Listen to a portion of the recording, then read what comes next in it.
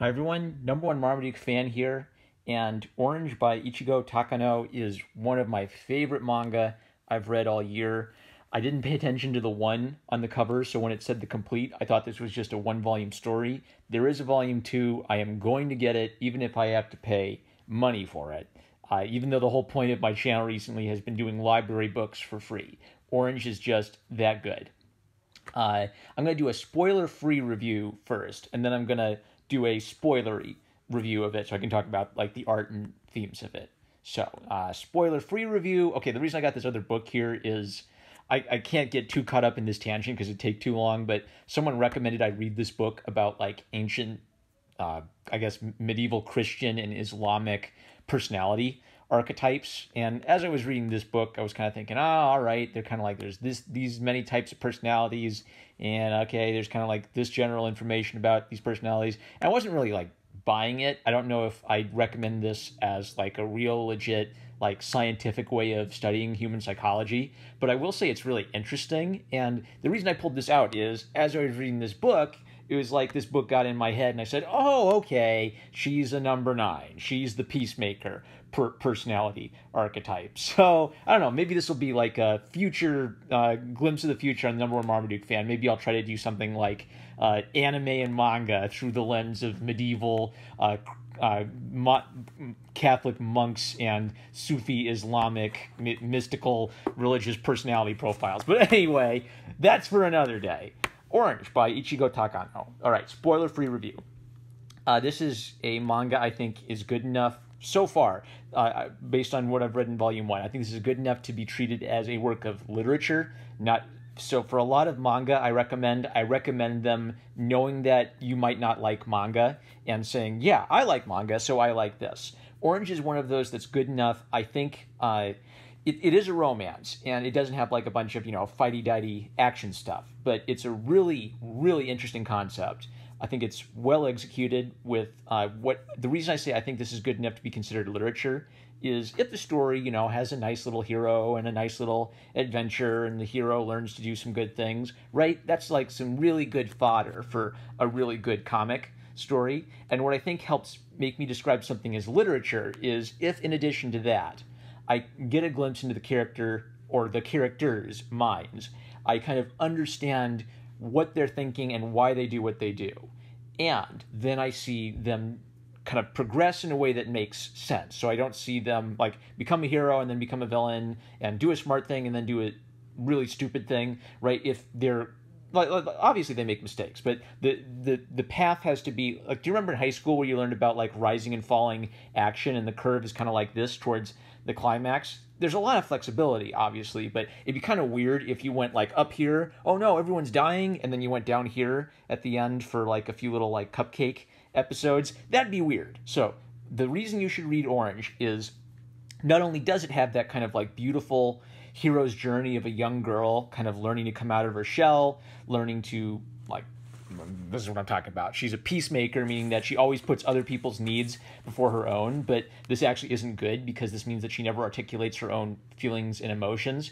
So she has to learn how to kind of overcome that foible in her personality by being more true to herself and by demonstrating more agency in her life. Each step of that builds on the previous step and makes sense. So like at first it's like very little decisions that she has to make to be more straightforward, to be more honest, and then gradually as time goes on, the decisions she has to make become more and more consequential. Also, the other characters actually add something. They also have psychologies and internal monologues that compare or contrast with Naho. I wrote a cheat sheet so I can actually remember the Japanese names this time. And there's a fantastical concept to it that makes it very interesting without like overtaking the character's journey. So let's talk a little bit about content and like family friendliness before I do the spoilers. So it has like a couple instances of the B word, like a couple really minor swear words, and it discusses the issue of suicide. Therefore, this might be not a book for little kids, but it discusses these issues in such a mature and I think decent way that this is a really good work of literature to give someone to instill in them kind of a sense of the importance of life and of making decisions so that you do not have regrets later in life. And as a reflection on that theme, it's excellent. This is so far, I think, a very moral treatment of a serious subject matter. With that, I think we're going to do our spoiler review. So here we go. From this point on, spoilers, spoilers, spoilers for everything. All right. So, like I said, there's a fantasy context. In the very first page, Naho gets a letter from herself in the future telling her that, you know, I have all of these, I've had a happy life, but I have some regrets in life. So there are some things I want you to do to avoid having these regrets. And at first she doesn't believe it, but then the letter proves eerily accurate. And so as she realizes the letter is accurate, she starts wondering if maybe she should start following its instructions. I marked this page for just like a comic convention thing. Sometimes when there's a lot of people talking, the artist will put little textures in their speech bubbles, which is interesting because then this helps you directly identify who is talking, but she only does it in like really crowded panels. So just kind of an interesting thing you can do if you're worried about people not being able to interpret who's saying what. And it even kind of adds like a little... maybe like a little flavor to their voice. Like if it's a bubbly picture, maybe you infer that it's being spoken in a bubbly voice. And if it's a dark gray picture, maybe you infer that it's a bit more stoic or a, you know, somber kind of voice. So, something like that. So I just was interested to see that. I love seeing someone use the conventions of comics in an unusual way. So the new boy in class is Kakeru. And... yeah, like I said, I'm going to spoil everything, all right? So the first thing we learn about Kakeru is that for some reason, Kakeru is not around in the future, and they're bringing him flowers. And it's a little ambiguous at first about what is going on. Over time, I'm just going to spoil everything so I can keep it straight. Over time, we learn that Kakeru has died in the future, and this is why Naho has these regrets. And there's like an open question of whether his death was an accident or whether it might be suicide. And gradually they learned that they think it was a suicide. He was hit in traffic. They suspect that he deliberately walked into traffic because he wanted to die. Ooh, all right, suicide. There are so many ways to try to like handle suicide and mess it up, like just use it for cheap effect.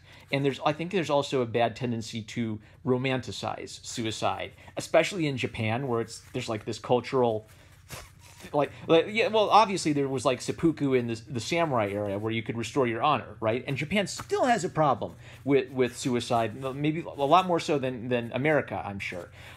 So what's really decent about this is not romanticizing suicide, but this is kind of articulating why someone might consider suicide, the effect that would have, and without stripping Kakeru of agency, is a question of what could we have done to have helped Kakeru? Because when you think about it, this whole book is about agency. If someone commits suicide, can you really stop them from doing that if they're determined to do that? Well, they have agency. You can't take away their agency from them. At the same time, obviously, the way that people treat someone can affect whether they decide to commit suicide or not. If a kid goes to get to school and gets bullied every single day, like not just like teasing, but ferocious bullying, that can be a contributing factor to suicide, which means that other people's behavior can affect obviously your behavior can affect other people. So the entire thing about like the letters from the future, that's like a really interesting kind of plot twisty thing to set up the action. But everything the letter talks about is related to the theme of agency beautifully. And there are even moments where I thought, oh no, are you really doing this, Ichigo? Are you gonna like undermine this great themes? And then she'd rescue it. So every time I was like worried she was gonna lose the plot, she would like come back and then save it, and I realized I was worried for nothing. So at some point in this manga, she talks about how she almost doesn't know where she's going. I do not believe that she could write this like unplanned. This is so well composed. I just really hope that Volume 2 will stick the landing. But based on Volume 1, the handling of the themes of agency and the characters making decisions that actually matter, and their decisions affect their lives, and they're not just turned into little pawns of destiny or the magic letter or wherever. It's all excellent. So what Naho has to learn is how to come out of her shell and not just be a peacemaker. And I thought this little paragraph said it best. I'm okay, really. The only thing I can't stand is causing trouble for people around me. If no one else notices that I'm hurt, then I can ignore it as well. That's how I've always done it. So Naho just goes along to get along. She doesn't really say what she's feeling. And Kakeru is kind of a sad soul. his mother has committed suicide, and so there's also this theme that his mother's selfish act has helped contribute to Kakeru's suffering and may have contributed to his decision to eventually commit suicide. But Kakeru is a very observant individual, so he's paid attention to how Naho always puts others before herself and never asserts herself. And so he says, I've been watching you. I've noticed it hurts him to watch her never assert herself, never be true to herself, always put others before herself. And so really, Naho has to kind of overcome this problem where she thinks she's being a peacemaker. She thinks she's just being kind and charitable. She is a very kind and charitable person, but it's not a good thing for her to never assert herself. So very, very tiny little things, like asking for the bun that she actually wants to eat, rather than asking for the bun she thinks nobody wants to eat. As she learns to do these things, she becomes a much more admirable and confident character. And because of that, she can then help others in a more real way. Oh, this is so good. All right. And so the twisteroo is we jump into the future, and even though there's this great chemistry between Kakeru and Naho, we see that she's not married to Kakeru, she's married to Suwa, who's kind of like a really confident, tall, chipper, fun guy, and a really good man, too. And now there's this whole added dimension to this where, oh, yes, I want them to save Kakeru, using the letter from the future, but I don't want her marriage with Suwa and this child to be destroyed. And the kids don't seem to know that these two get married in the future. They only know that they're trying to save Kakeru. So, whoa, there's this really deep, foreboding aspect to it. Are they going to accidentally undo this marriage? Are they actually going to undo this child based on mucking around in the past? Which that's the time travel stuff. But what that's reinforcing is the idea that your choices matter and your choices have effects. So I'm really invested in seeing what happens and what resolution there can possibly be for this story. I'm going to jump ahead. All right, why'd I mark this? All right, I marked this because this is just a good illustration of the romantic aspect. So there's this thing on Twitter called head pats, where all it does is it just tweets pictures of anime girls who are getting patted on the head, like they're a cat girl or something, and people are really into that. Apparently, I just think it's kind of weird. And now that I've seen that Twitter, now I'm seeing it all over the place in manga. And I think the idea of it is it's kind of like a cute little innocent interaction of people who are kind of young and in love, and it's completely chaste and at the same time romantic. So the reason I've marked this is Kakeru kind of politely bonks her on the head very lightly, very gently to tease her. That was supposed to be between us, and then she kind of realizes he touched my head. Also, he called me Naho for the first time, and she blushes, right? It's these it's silly romantic stuff, right? But what's sweet about it is a big part of romance is kind of playfully trying to figure out the other person. Maybe my one critique of this is it's a little padded, you can see how thick it is. There's a lot of time of these two kind of trying to get a feel for each other and trying to figure out if the other person likes them, where personally, I would have sped it up, maybe because I'm a guy and I just want to get to the point. Just kiss already, right? But there's actually something realistic to this, that there's this whole weird period where you like the person, but you're not quite sure if you want to ask them out or if they like you back. You're worried you're going to get hurt. So I think I'm worried about us becoming such a sensitive culture that we can't have boys, politely patting girls on the head to tease them without someone getting offended or calling it sexist or something. I just thought this was just a sweet little romantic moment. Why did I mark this? All right, so I'm not going to play-by-play everything. We're getting towards 15 minutes. Her first big decision is, will she make Kakeru lunch? After she told Kakeru she would make him lunch. And her regret in the future was that she didn't do it, and so she kind of has to steel herself up and get over her shyness and actually do it. And so what the letter is advising her to do is to be true to her feelings and actually do what she says she's going to do, not just say something, play with his emotions, and then not do anything about it or never pursue him back when he's clearly interested in her. Other times, she fails to do it. So the character doesn't always succeed. Sometimes the character fails and finds out it's not as easy to do something just because she knows in the future she's going to regret it if she doesn't do it, right? Which is where a lot of the tension comes in. Like, she knows what the future her wants to do. She knows what she would regret doing in the future. But does she actually have the courage to do the little things she needs to do? It's fantastic. Why'd I mark this? All right, so this is just an example of her standing up for herself and actually articulating what is on her mind. She's learning how to say what she is feeling rather than just hope other people guess how she is feeling. That's amazing. And then there's this interesting contrast where they've made a time capsule for themselves in the future. So they've written a letter to their future selves. The future self has apparently written a letter to her that it's still kind of mysterious what that is all about. And we hop back and forth between the impact of Kakeru's death on the future versions of them and their actions in the past. And there's like some, high school romance stuff where, you're kind of stupid and you like the person, but you're not sure how to say it. So you go try date someone else, and that doesn't really work out. She's still... I'm going to skip over this because she's still struggling. Oh, okay. This is interesting compositionally. So we have this whole page here with like these kind of like background elements that she likes to use. And then there's this one gag panel, which visually is outside of the beat of everything else in this page. So it's like setup, setup, setup. Nope. Have you even worn those shorts we bought? What? They're just so cute. I keep them hanging in my room. So she's got this pair of shorts that have a flower pattern on them, and they're too short, and she's self-conscious, so she doesn't want to show off her butt, so she never wears them. Because she's modest. She's a very modest, innocent, pure girl. And then there's this little cutesy-bootsy moment where visually it's out of sync with everything else. Therefore, it reads as a punchline. I love that. And I like how these background elements are used throughout, sometimes to add like a dark, moody element to something, and then the bubbles will fade away, and then the mood will get lighter with the white gutters. Excellent use of comic conventions. Just another page of her kind of like struggling. Yeah, I already talked about that. Knowing what she should do, but still struggling to do it, even though she knows what she's supposed to do.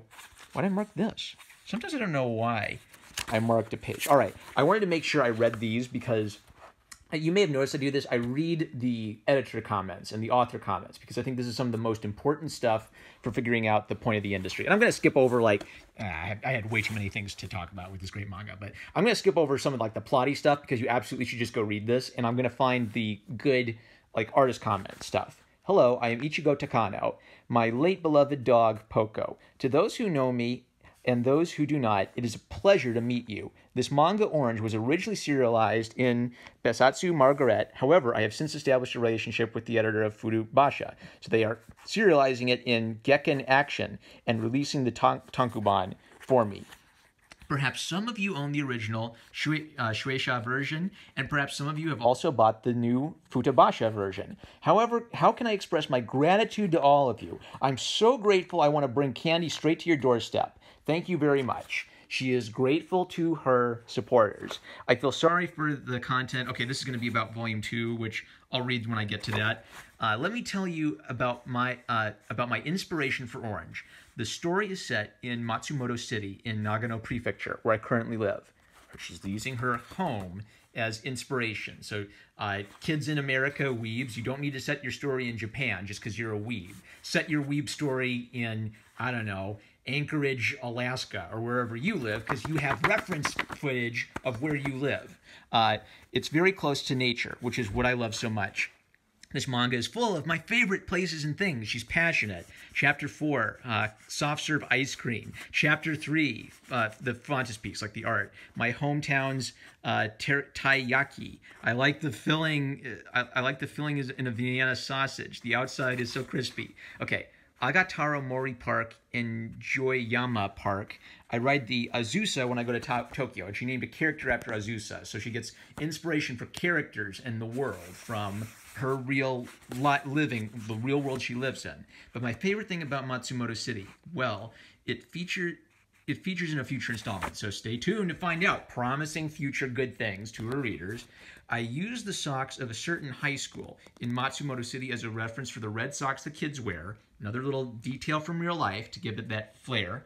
Keep reading Orange to see more of Matsumoto series. She's saying, please buy my work. Please read my work. Please keep reading. And her two little cute characters. And it is so obvious that she absolutely adores these characters. She loves them so much. And they're all different from one another. Even the secondary characters who gradually get more and more character development. Look, okay, more of her being bashful and innocent and very modest. Yeah, 'cause I love just seeing an innocent character who isn't like... It is perfect for her. I can't go on about that forever. Okay, more comments from the artist I want to talk about. This is Takano, soaring off to visit friends and family. I'm so happy. This is volume 2 of the new edition of Orange. Thank you for reading it. This is a good illustration of her appreciation for her editor, her industry, and her consumers. Listen to this.